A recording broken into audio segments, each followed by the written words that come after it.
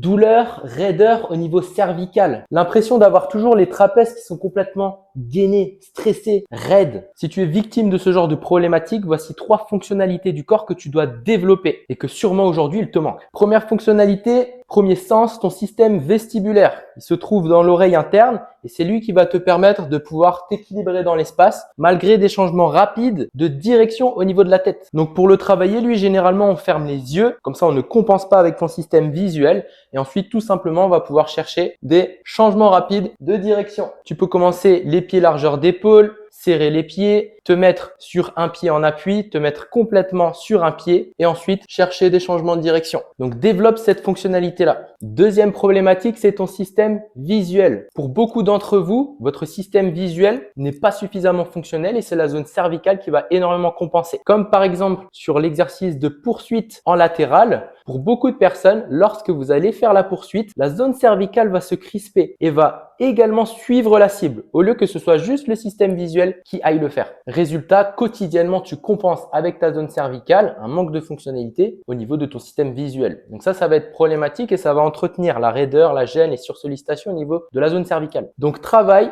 ton système visuel. Et ensuite, dernière fonctionnalité, c'est tout ce qui va être mouvement dissocié, travail de coordination. Donc l'objectif, c'est de solliciter les membres supérieurs, les membres inférieurs, en dissocié, en asymétrie et surtout indépendamment de la zone cervicale. Donc soit la zone cervicale peut rester dans une position neutre pendant que je fais justement des mouvements dissociés ou alors je vais pouvoir ajouter des mouvements au niveau de la tête. Et dans un premier temps, je te conseille davantage de solliciter des mouvements de rotation cervicale. Donc là, pareil, l'objectif simplement, c'est d'éviter que le corps fonctionne en un bloc, notamment au niveau de la zone cervicale, mais qu'on arrive à récupérer, à nourrir le système nerveux, à l'enrichir de sorte à ce que lui, ton corps, puisse solliciter ses différents membres, ses différentes articulations indépendamment de la zone cervicale, sans qu'il soit complètement crispé. Si tu as des douleurs particulières et que tu souhaites en parler avec moi, écris MP dans la barre des commentaires.